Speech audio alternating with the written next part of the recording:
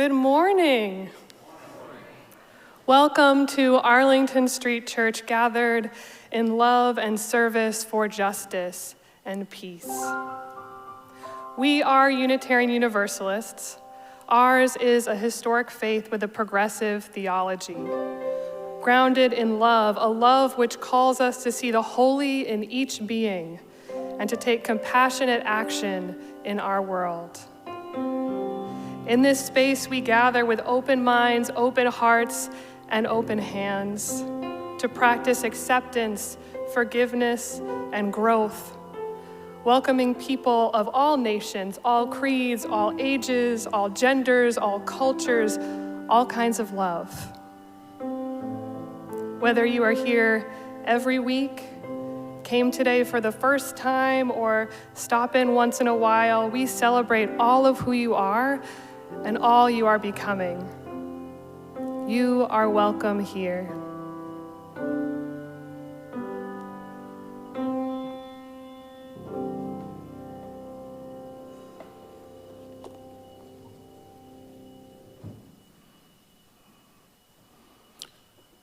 Good morning. I'm Patrick Cooleyback, this morning's worship coordinator. Reverend Parisa is home this morning recovering with COVID, and we are very lucky to have Reverend Erica Long filling in this morning. Reverend Erica and I are joined by Director of Music Mark David Buckles, the Arlington Street Choir, and we welcome our guest pianist Seong-Han Lee in leading worship today. We couldn't do this without our tech team, greeters, ushers, and coffee hour hosts. Thank you, friends. If you're new to Arlington Street, welcome. We are so glad you're here and would love to stay connected.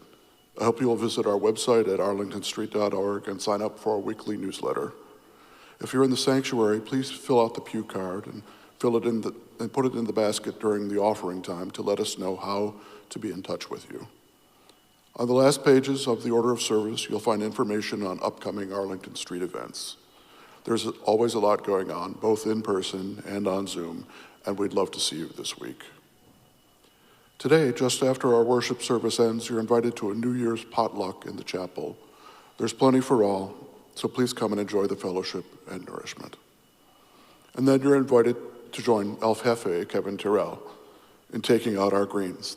This is the work of less than an hour with a good number of willing hands. Please join us.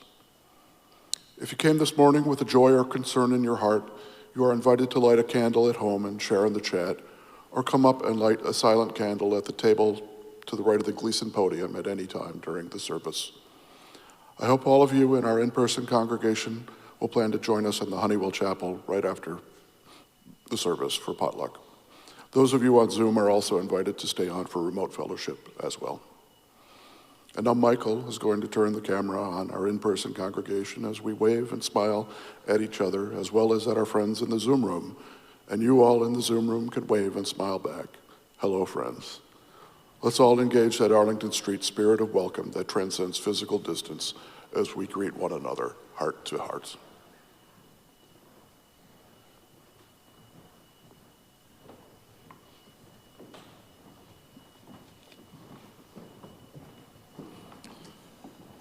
Please join now in saying the Affirmation Covenant of this beloved spiritual community.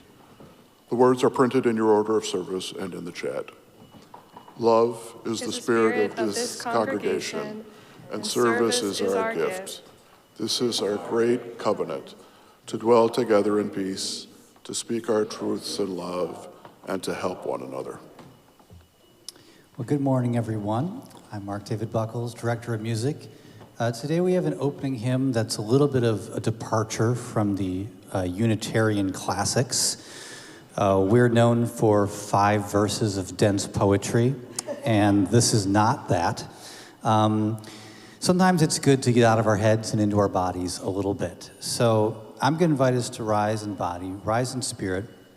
We're going to sing the classic head, shoulders, knees, and toes.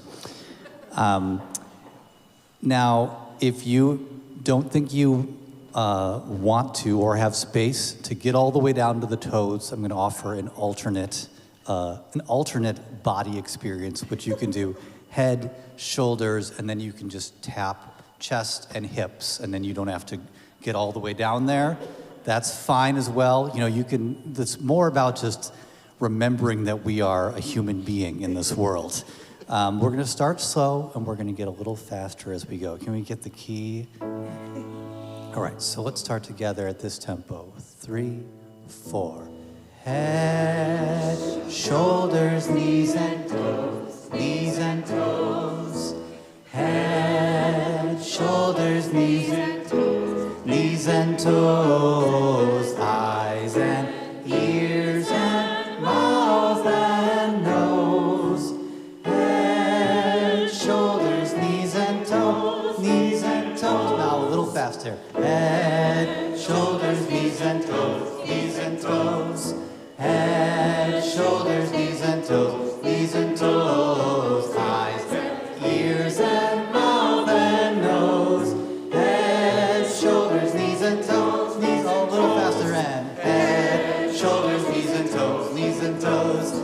Head, shoulders, knees and toes, knees and toes. Eyes and ears and mouth and nose. Head, shoulders, knees and toes, knees. A little faster. Head, shoulders, knees and toes, knees and toes. Head, shoulders, knees and toes, knees and toes. Eyes and ears and mouth and nose. Head, shoulders, knees and toes. And a little faster now. Head, shoulders, knees and toes, knees and toes. Head, shoulders, knees and toes, knees and toes. Eyes and ears and mouth and nose. Big finish. Head, shoulders, knees and toes, knees and toes. Amen.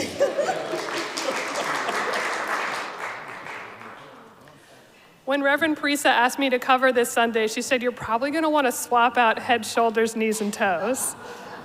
And I said, absolutely not.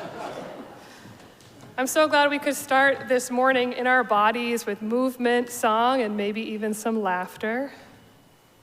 How does it feel in your body right now after being a little silly together?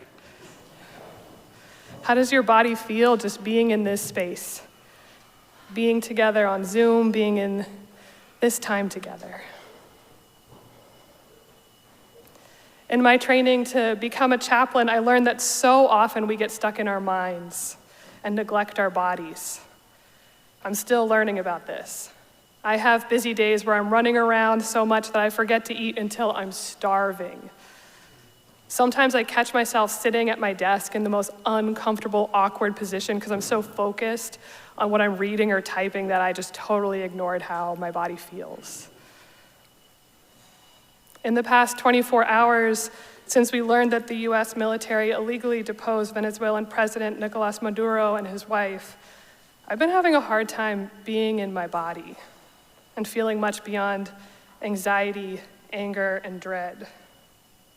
Any notions I may have briefly had or hopes that 2026 would bring relief from the onslaught of news that terrifies me has been cast aside. I've been in my head a lot. And maybe some of you have too, maybe for different reasons. Maybe there's something going on in your personal life that's really hard, or in your community or your neighborhood, or something else in the world that's just really weighing on you today. Whatever you're feeling, we are here with you. You might feel resistance to today's service, the theme of today's service. That's okay. You might find solace in it. My hope is that you are able to listen to how you feel, mind, body, and spirit, with compassion and love. And to start with that, how are you feeling right now? How are you feeling sitting wherever you're sitting? Is there anything you can do to make yourself feel a little more comfortable? Maybe you need to shift around, roll your shoulders back, stretch a little bit. Anything you could do to just care for yourself a little bit more. Let's take a few deep breaths just to reconnect to this moment and this time. Breathing in and out. In and out. One more time at your own pace.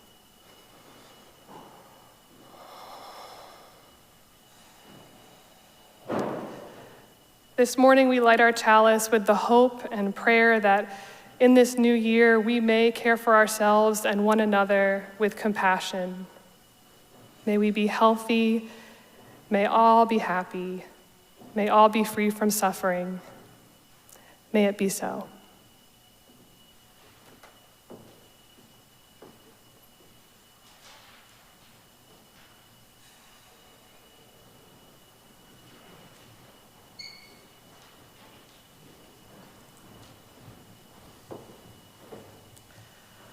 Our next hymn might be familiar to some of you.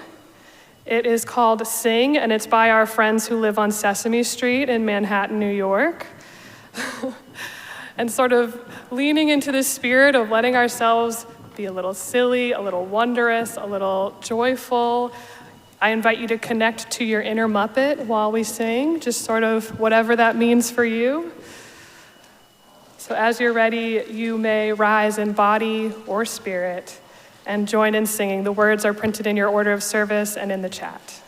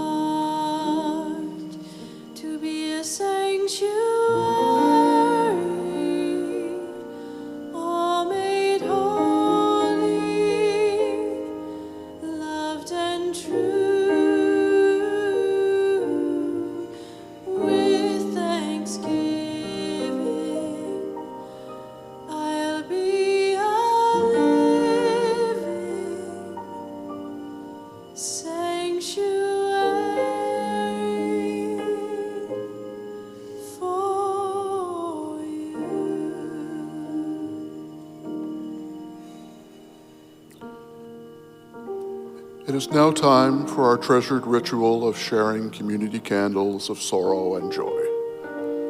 In addition to sharing our sorrows and joys this morning, let's reach out to one another in the week ahead, staying connected. May these times remind us of how very precious this beloved community is. We need one another.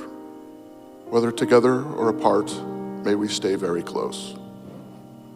Let's join now in singing Sanctuary. The words are printed in your order of service and in the chat.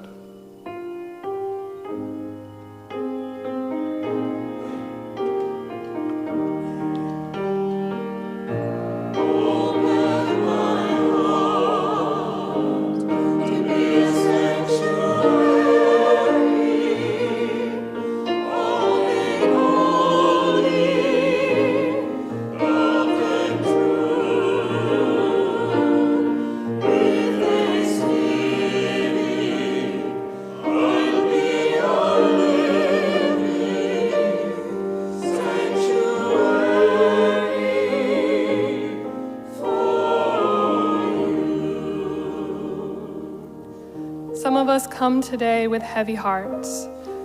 We open our hearts to you. A candle of sorrow from Rebecca Parkhill, honoring the life of my father, Craig Walter Parkhill, who died at the age of 85 on December 18th. While the last years were hard after the sudden death of my mom in a car accident, our family is remembering our earlier days together, sharing stories, some funny, some poignant, some sad, from his early life and his 58-year marriage to my beloved and greatly missed mother, Alori. Greg Parkhill presente. A mixed candle from Fran Peterson. Friday will mark the 12th anniversary of my sister Debbie's passing. Debbie was a very quiet soul due to her profound disabilities, and she was deeply loved by my parents and my family. As I grew into adulthood, it was through loving my sister that I learned a deep and lasting compassion. Although Debbie never walked or spoke, she taught me many lessons about perspective, patience, and loving unconditionally. Her life left a profound impact, teaching me that simply being here in community with others can itself be a lifelong lesson. Her gentle spirit is something I carry with me each day. A final candle of sorrow from Joanna Lubkin. I'm heartbroken to share that my service dog Sully passed away on Christmas Eve. Since we were matched as a service dog team 4 years ago, Sully had been at my side 24/7, and it's inconceivable now that he's gone. He was the center of my world, and as a disability service dog, the helper who expanded my world and how I could live in it. In 2019, Arlington Street did a Share the Plate for NEADS, our service dog organization, to help fundraise even before we were matched. Since then, Sully had been a part of the ASC community. He loved greeting his friends, old and new, sitting up on the pew so he could more easily kiss people's faces, playing ball downstairs or snoozing during various rehearsals, and he was a good sport about being dressed up for pride. While Sully is not longer here in body, his lessons about unconditional love, devotion, joy, and doing good work, and boundless affection will continue to spread ripples. May his memory be a blessing.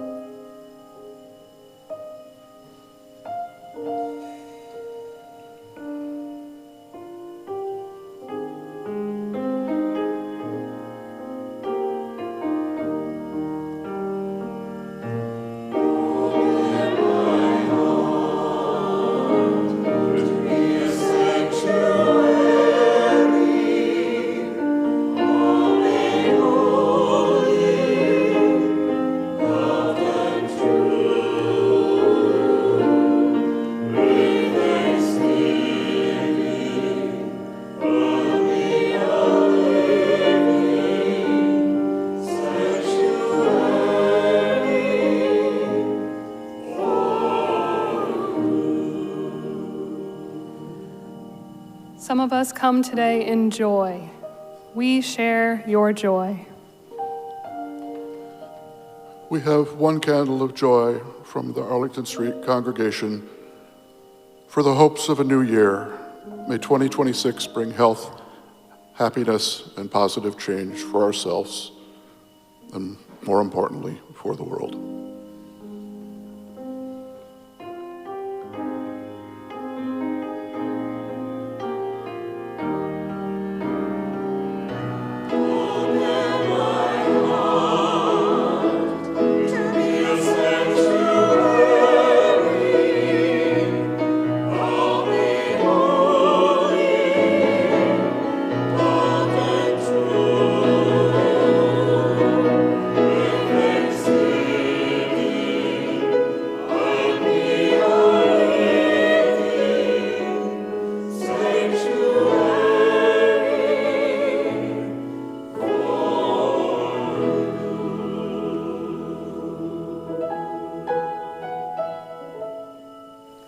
For all the sorrows and all the joys we hold in our hearts, we light a silent candle to remember and to rejoice.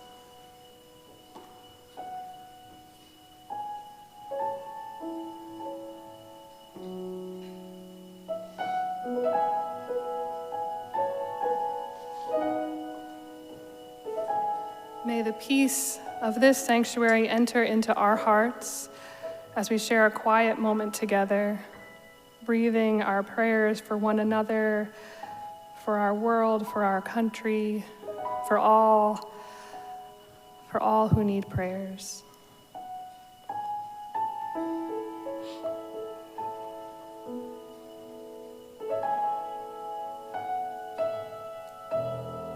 Amen.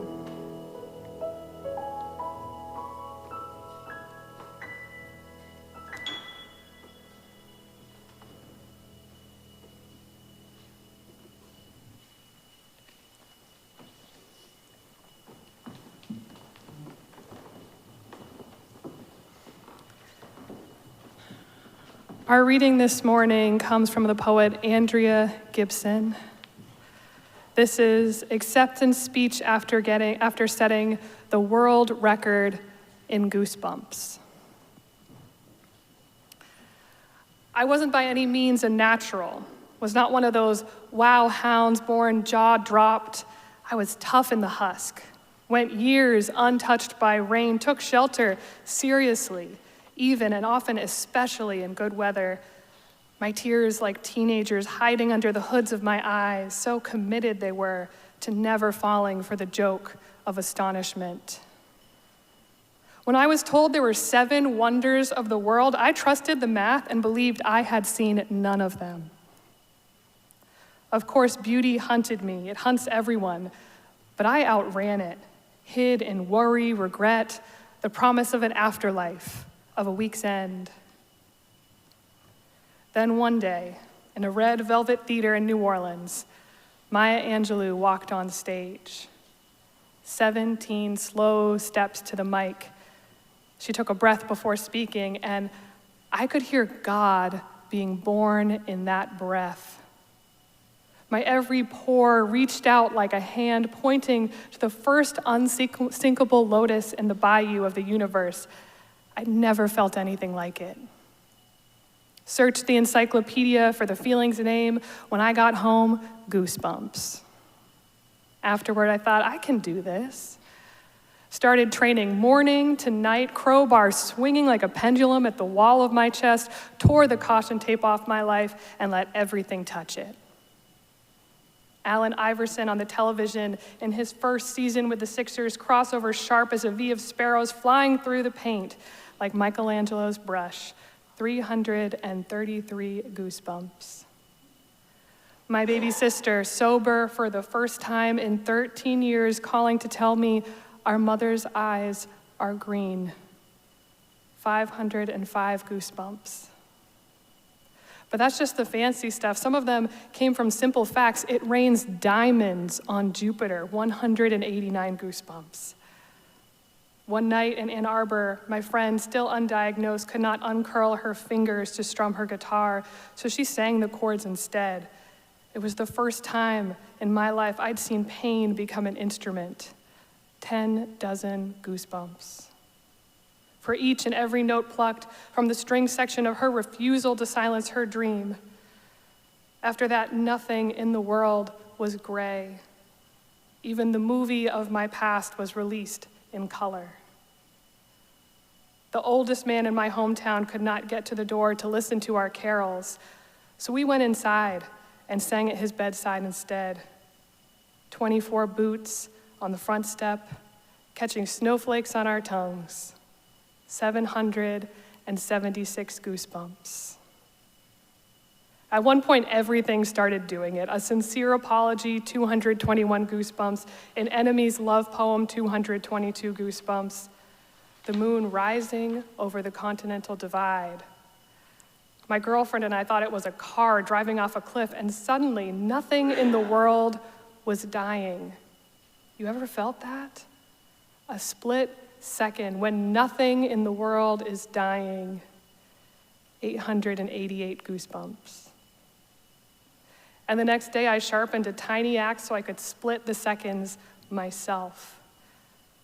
Too much lives in a moment to not feed it to the fire in the heart slow. A Missoula treehouse filled with candlelight, 143 goosebumps. The Octopus documentary, 54 goosebumps multiplied by 8. The biggest dog in the shelter hiding behind a teacup chihuahua, and the woman who came to adopt a cat taking all 3 of them home. 1,012 goosebumps. There is no escaping the magic now. Beauty caught me and never let me go. And the thing about the world record is, if someone breaks it after me, and they will break it after me, I will love that so much that without even trying, I will break it again.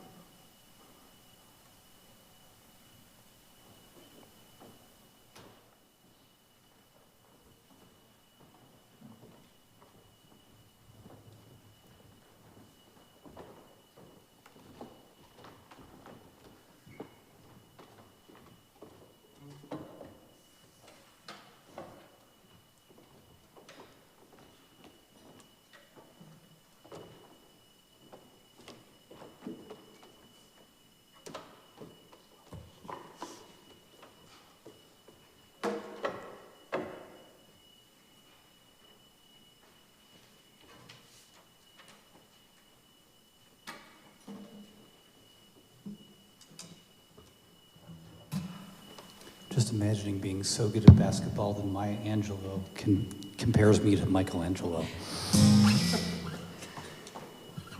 Good luck.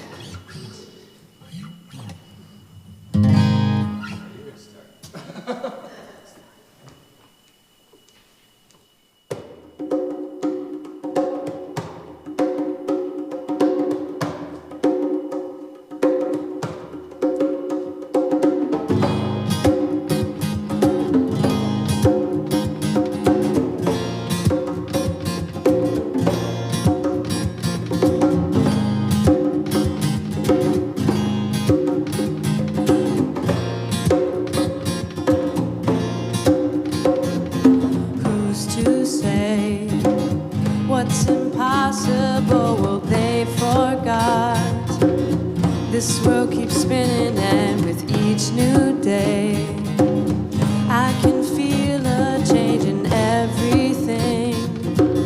And as the surface breaks, reflections fade, but in some ways they remain the same. And as my mind begins to spread its wings, there's no stopping curiosity. I wanna turn the whole thing upside down. I'll find the things they say just can't be found. I'll share this love I find with everyone. We'll sing and dance to Mother Nature's song. I don't want this feeling to go away.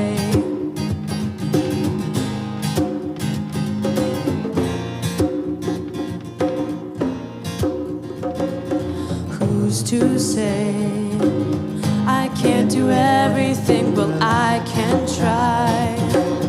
And as I roll along I begin to find things aren't always just what they seem.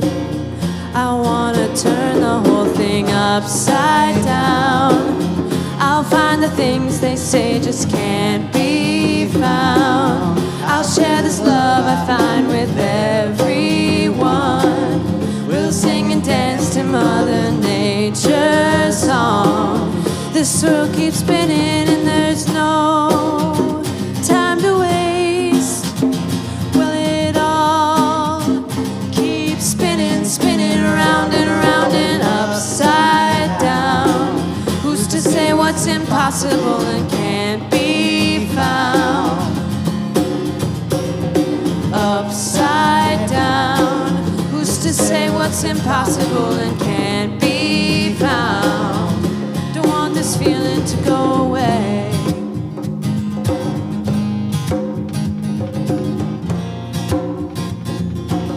I don't want this feeling to go away.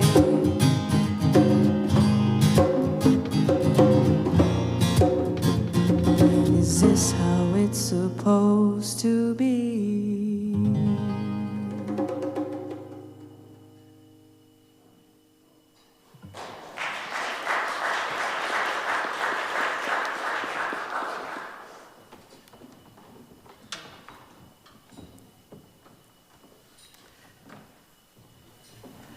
I told my husband, Peter, he had to open one of his presents before Christmas. After a lot of persuasion and informing him that it's really a present for both of us, he opened the large cardboard box that I'd stashed in the office. It was the highest rated sled from the LL Bean catalog. After all the despair, drudgery, rage, and disappointment of 2025, I decided we needed a sled. And while there are only a few inches of snow here in Boston, I knew there was going to be plenty of snow in Maine where we were heading for Christmas. So Christmas Day, we put on our flannel-lined jeans, our hats, our gloves, and we set out sledding.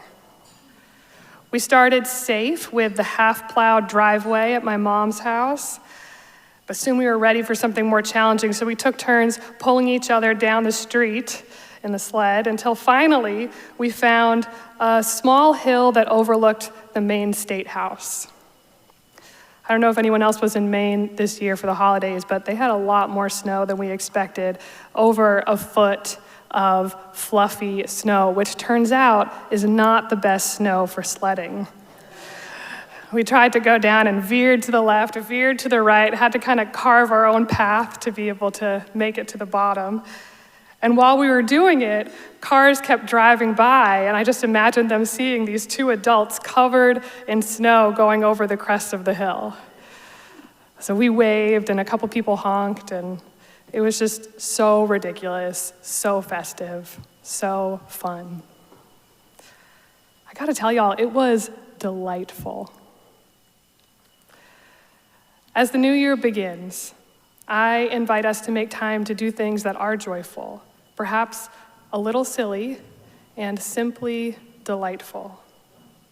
I'm not worried that this will keep us from the more serious goals that we have for the year. In fact, I think that delight is exactly what we need to keep going strong. Back in 2020, the popular radio show This American Life decided that in the midst of the spreading coronavirus pandemic and all the other wild stuff that was going on in our country and the world at that time, the most radical and countercultural thing to do was to spend an entire hour focused on delight. They were right. As a listener, I really needed it. They introduced me to someone who became one of my favorite poets and writers, Ross Gay. For 1 year, Ross wrote by hand a short reflection about something he experienced each day that was delightful. He kept a delight journal.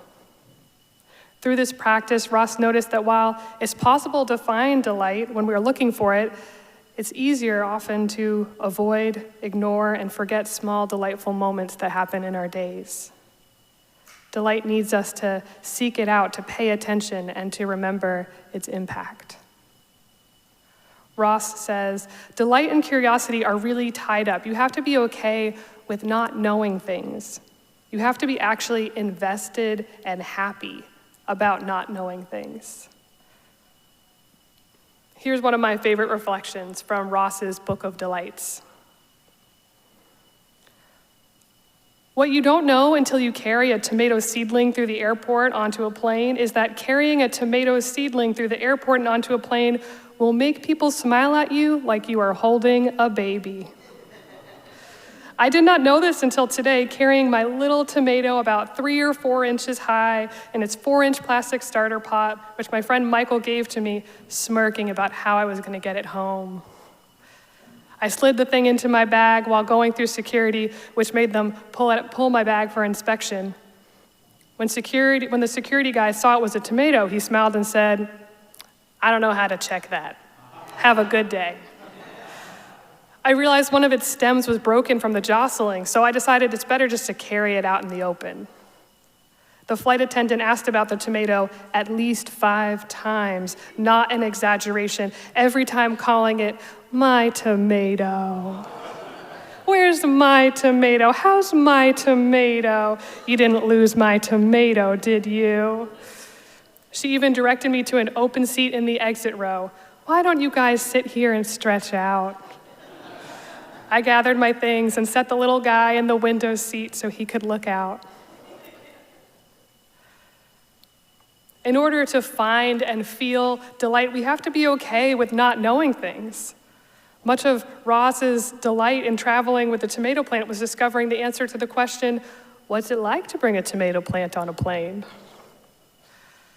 Delight is related to the divine virtues of mystery and wonder. I feel like somewhere in adulthood, I was taught that delight is frivolous or childish in like a bad way. But what I've learned through my real life, not what people told me, through hours of playing make-believe with children, by seeing the first crocus every spring, and by sledding this past Christmas, is that delight is sacred.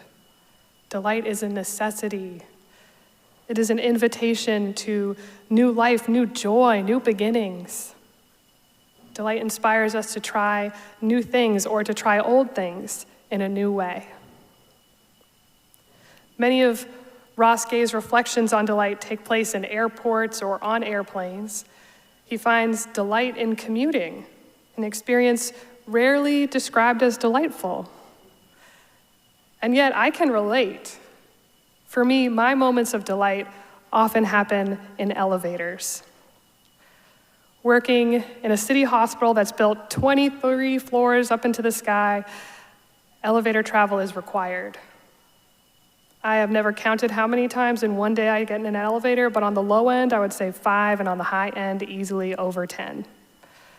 My elevator rides are a reminder to pause, take a breath, and witness something surprising and delightful.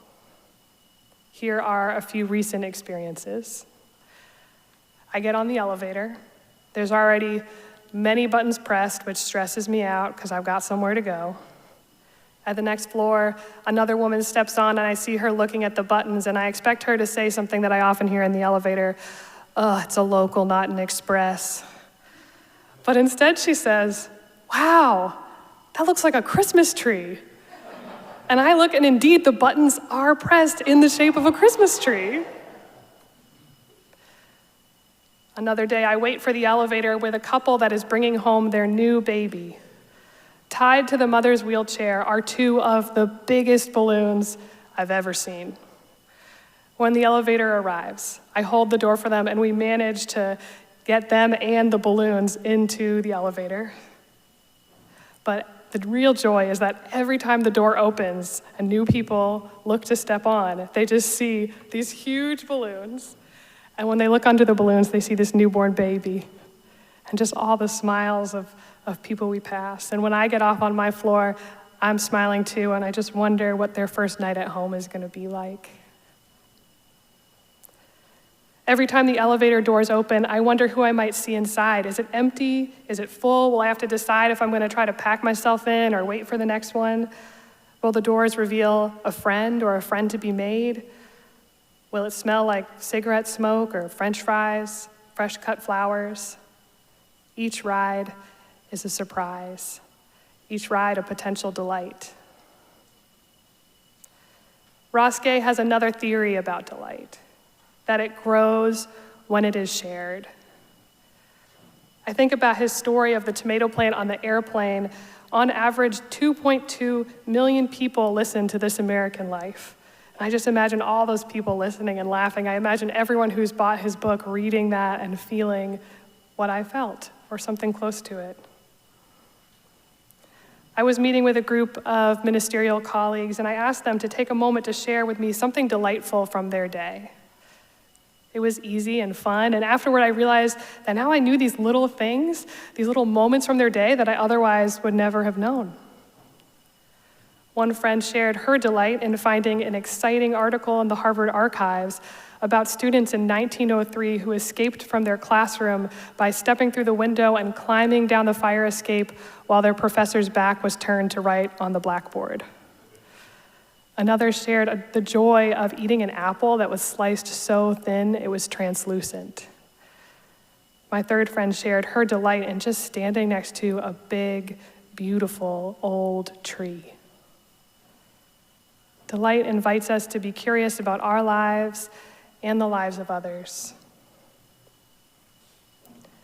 The spiritual practice of delight begins with being curious enough to notice it in our own lives, and it expands when we celebrate our delight and share it with others, and when we ask others to share their delight with us. It inspires us to serve and protect what is delightful in this life. I am delighted by the newborn baby with the enormous balloons I met in the elevator, and I can serve that delight by supporting policies and movements that I believe will help that child and all children have a future. I think of my friend's delight in standing by the beautiful old tree, and I can serve that delight by respecting the natural world and doing my part to reduce as much as I can the harm that I may cause the earth in my lifetime. And I remember the delight I felt last week sledding for the first time in decades. I can make time to play and laugh and be silly and invite others like you to do the same. My hope is that while you've been listening today, you couldn't help but start cataloging some of the delightful moments you've had recently. I hope that you share them, maybe with someone in the chat, maybe with someone here in the sanctuary or at the brunch potluck. When we share our delights, they grow. I leave you with the words of poet Mary Oliver, who evangelized delight all of her life. This is her poem, Mindful. Every day I see or hear something that more or less kills me with delight, that leaves me like a needle in the haystack of light. It was what I was born for, to look, to listen, to lose myself inside this soft world, to instruct myself over and over in joy and acclamation. Nor am I talking about the exceptional, the fearful, the dreadful, the very extravagant, out of the ordinary, the common, the very drab, the daily presentations. Oh, good scholar, I say to myself, how can you help but grow wise with such teachings as these? The untrimmable light of the world, the oceans shine, the prayers that are made of grass. My friends, find what delights you and share it.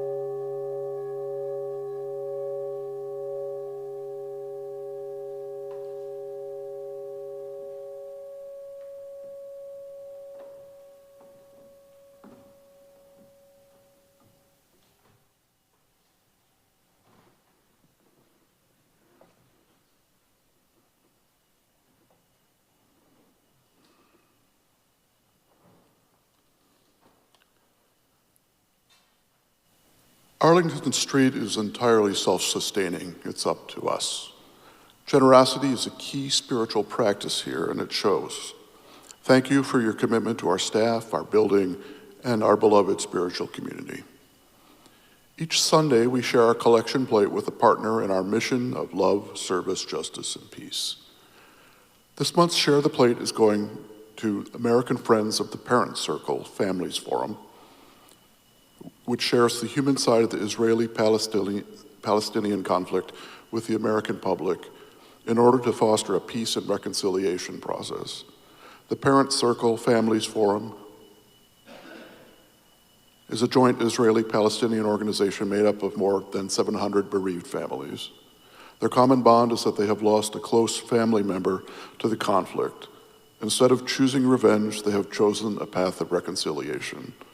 Learn more at parentscirclefriends.org. You may have surmised by now that the theme of the month, our worship theme of the month, is childhood. And feeling in that theme and following up on Reverend Erica's sermon on delight that I should have a couple of dad jokes to toss out to you as the resident dad on the worship committee, but I don't. And sometimes as a father you have to stifle your inner child. There's an obvious connection between generosity and childhood, and it is never more clear than it is during the holiday season. For children, at first, Christmas is the time of receiving, tearing the presents open on Christmas Day, but who's really giving them these presents? At some point, Santa's gig is up, but as Reverend Kim has pointed out in the past, we are all Santa Claus, and they become part of the ruse, part of the conspiracy, and they learn of the inherent joy and the generosity of giving, often without expectations. And there is joy in receiving that generosity. If you have taken the words of Crosby, Stills, Nash, and Young's, teach your children well, you may one day find in lieu of physical treasures the gift that your children have for you is to donate into worthy causes in your name. As the song goes, don't you ever ask them why. If they told you, you would cry. So just look at them and sigh and know they love you. Please take a moment now to join me in giving to sustain our beloved Arlington Street and to parentscirclefriends.org.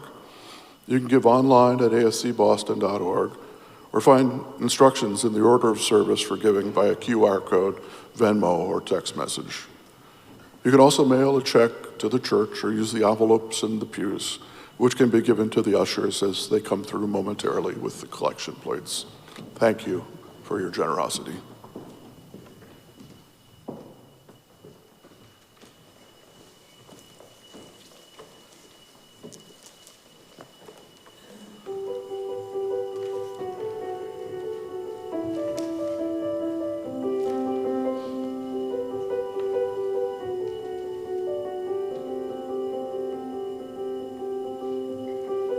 Close my eyes and I can see a world that's burning up.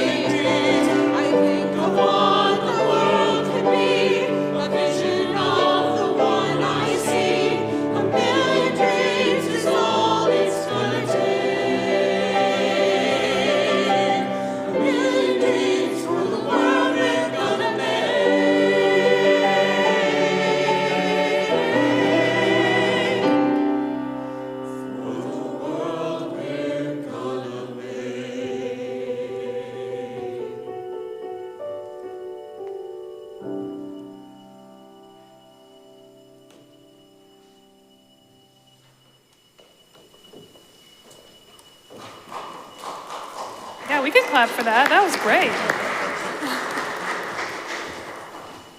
So before Mark David introduces our closing hymn, I just wanted to give us another moment just to check in and just notice how you're feeling.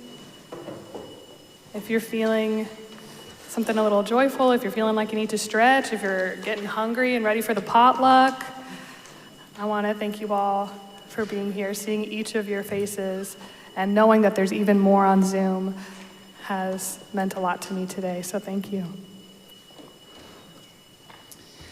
Our final hymn is the mashup of Somewhere Over the Rainbow and What a Wonderful World, two of the most beautiful songs, I think, which have quite a lot of delight in them.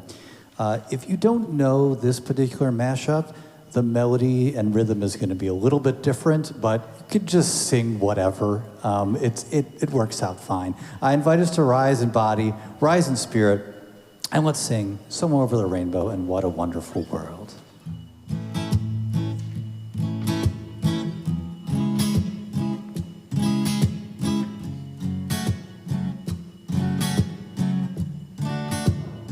Starts with ooze.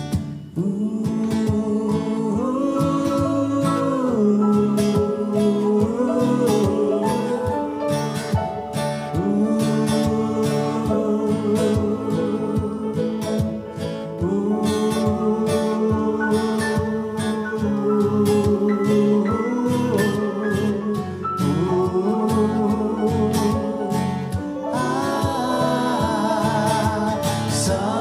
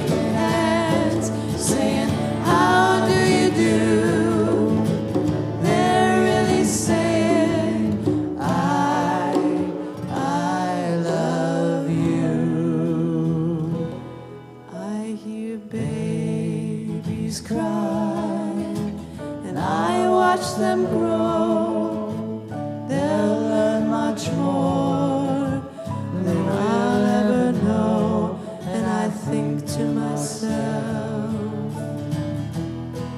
what a wonderful world.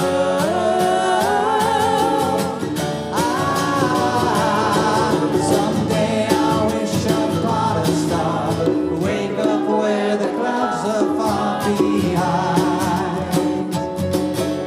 me, where my troubles melt like lemon drops, high above the chimney tops. That's where you'll find me, oh, somewhere over the rainbow. Bluebirds fly, and the dreams that you dreamed of, dreams really do come true. Ah, ooh,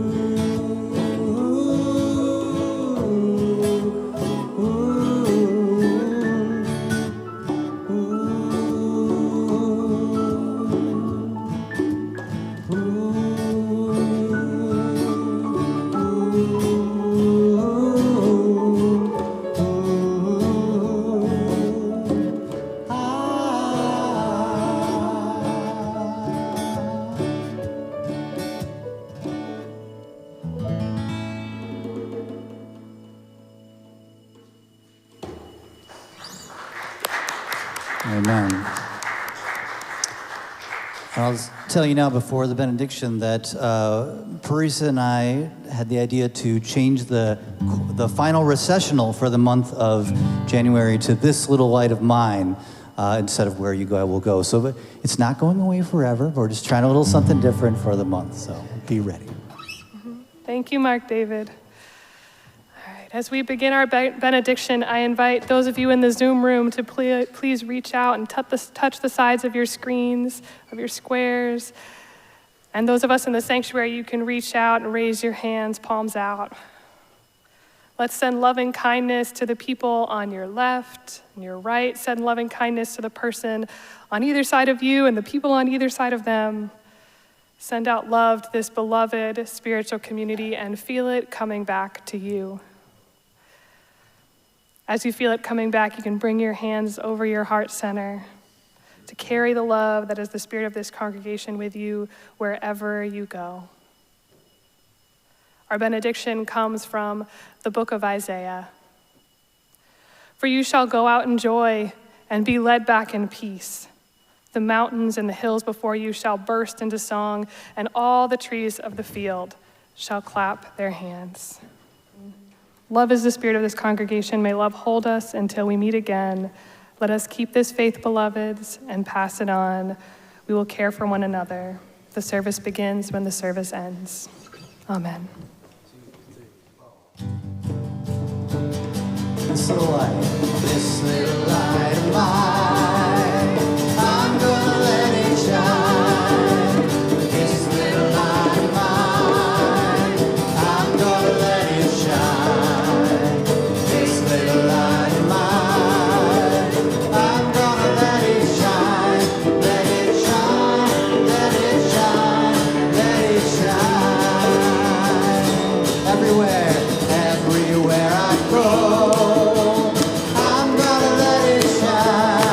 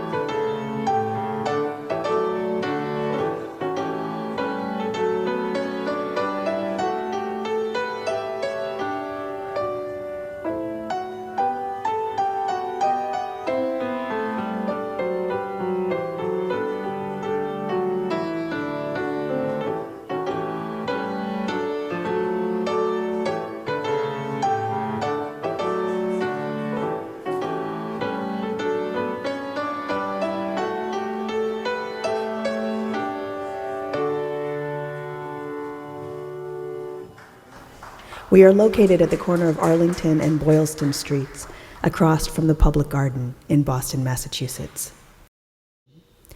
Arlington Street Church, gathered in love and service for justice and peace.